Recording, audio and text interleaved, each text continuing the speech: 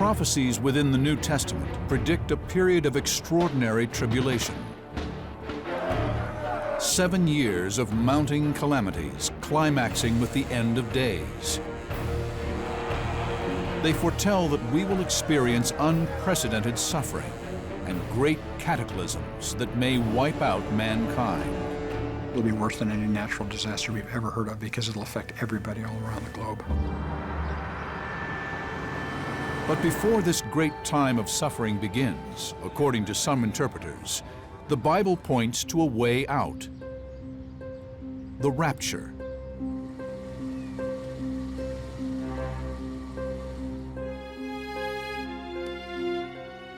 They claim that this event promises to transform believers into spirit bodies who will suddenly and literally be taken up in the air, escaping the pain and sorrow to come.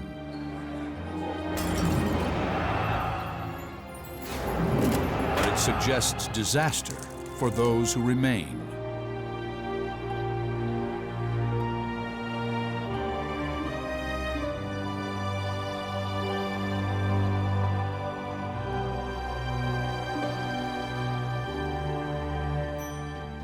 By its nature, the prophecy of the rapture defies rational analysis. The rapture would be a supernatural event, a miracle orchestrated by a supreme being, and as such is a matter strictly of faith.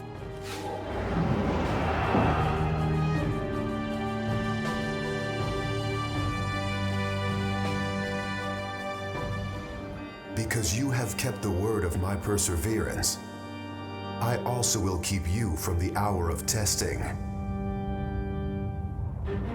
This passage speaks to a crucial issue debated for centuries: whether true believers will be taken into heaven before the disasters that mark the apocalypse, also known as the tribulation, or whether they will be raptured after they have endured the tribulation. In other words, when will the rapture happen? Pre-tribulation rapture essentially teaches that the rapture happens before what the Bible calls the Great Tribulation, the 7-year period of trial that comes upon the earth.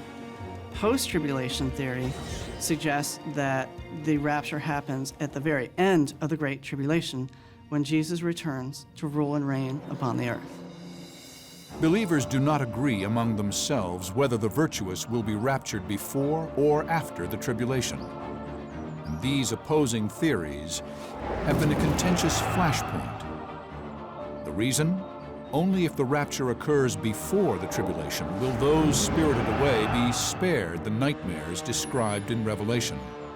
Jesus says, "I will keep you from the hour of darkness that will fall upon the world." He says, "I will keep you from," not "I will bring you through it or protect you through it," but "I will keep you from it."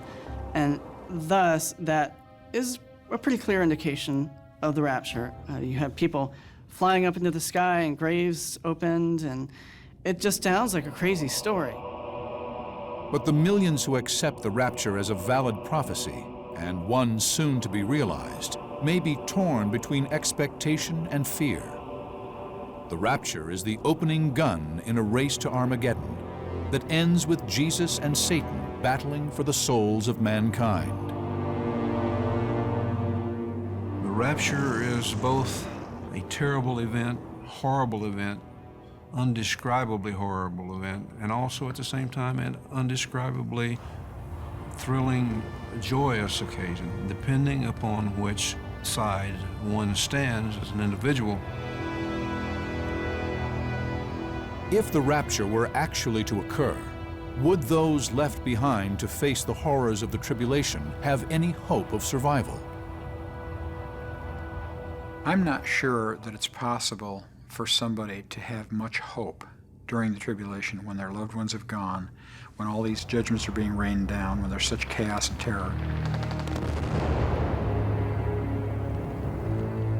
This will be worldwide. In fact, one of the prophecies says that at one point during the tribulation, the entire world has an earthquake that levels the mountains and puts the entire earth on the same distance above sea level. According to some interpreters, the book of Revelation describes a chilling series of disasters. They believe pandemics will wipe out millions. Climate change will bring scorching heat. A third of Earth's waters will be poisoned. There are a number of signs that Jesus and the Hebrew prophets and the New Testament apostles lay out that will be indicators that we are in the last days and that return of Jesus is coming.